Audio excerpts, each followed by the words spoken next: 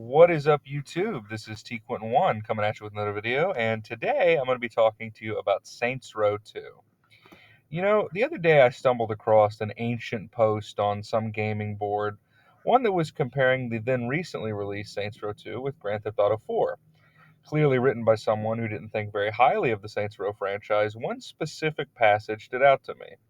It said, GTA 4 offers incredible production values, voice acting, music, and visuals. By contrast, all Saints Row 2 has to offer is fun. To which I respond, that's kind of the fucking point. While I've never played Saints Row 1 and can't without purchasing a new console anyway, Saints Row 2 really is one of the most purely entertaining video games of all time. And it helps solidify the franchise as not only a real competitor to Grand Theft Auto, but perhaps even it's better. 16 years later, this holds up remarkably well in pretty much every way. One of the things that's always shocked me about the Saints Row series, except for the new one, was how well written they are. Video games are almost never actually funny, but Saints Row 2 delivered plenty of laughs throughout.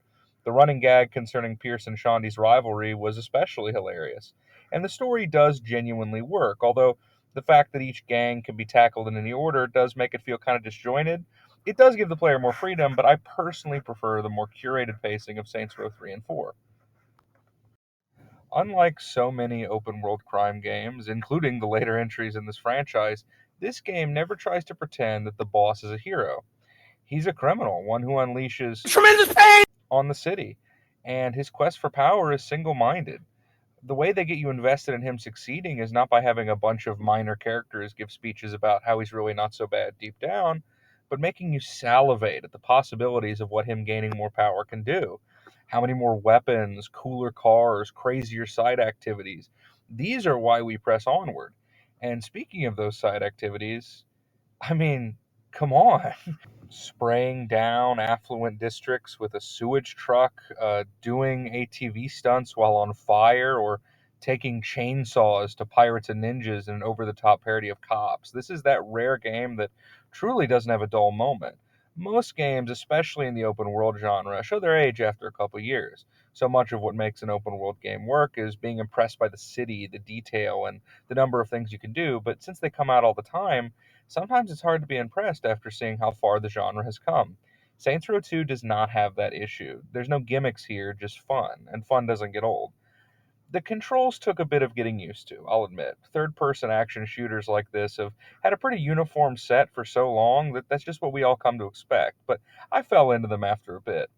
There are some missions that aren't expertly designed either, a couple where the goal isn't clear or the checkpoints are placed mercilessly, but not as often as you'd expect for such an old game, though still a little disappointing for a PS3 title. I'm not usually a big fan of being forced to play side missions in order to unlock the main ones. It's just not how I enjoy playing games, but they're so much fun that I didn't mind. The city of Stillwater also isn't going to make any lists for best video game settings of all time, but it does exactly what's required of it. It's a playground and it's fun to play in. The only real problem I have that's more than a little nitpick, and I do think this is a persistent problem with all the Saints Row games, is in regards to the characters. Not that they're bad, it's actually the opposite. They introduce so many colorful personalities and ones I'd love to spend some real time with, but the game has trouble juggling all of them.